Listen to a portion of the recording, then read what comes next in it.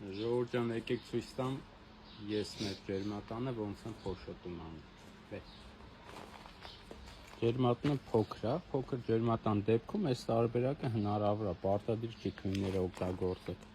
Մեծի դեպքում էլ մեղուկ արագ օգտագործեք օրինակ։ Մեզ պետք է այս ծաղկափոշին թափի, հա։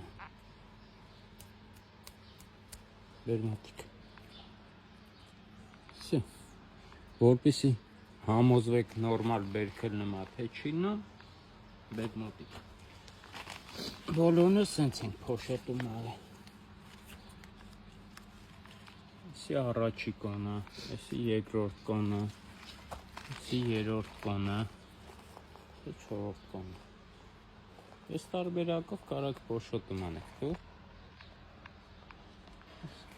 250 քառակուսյանը ջերմատունը կարելի է 10 րոպեին փոշոտում անել վերջաս։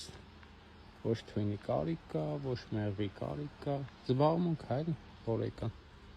Կարևոր է, որ բարձր ջերմաստիճան լինի ջերմոցում, ծաղկափոշին չոր լինի, խոնավ չլինի, որ թափի ծաղկի վրաս։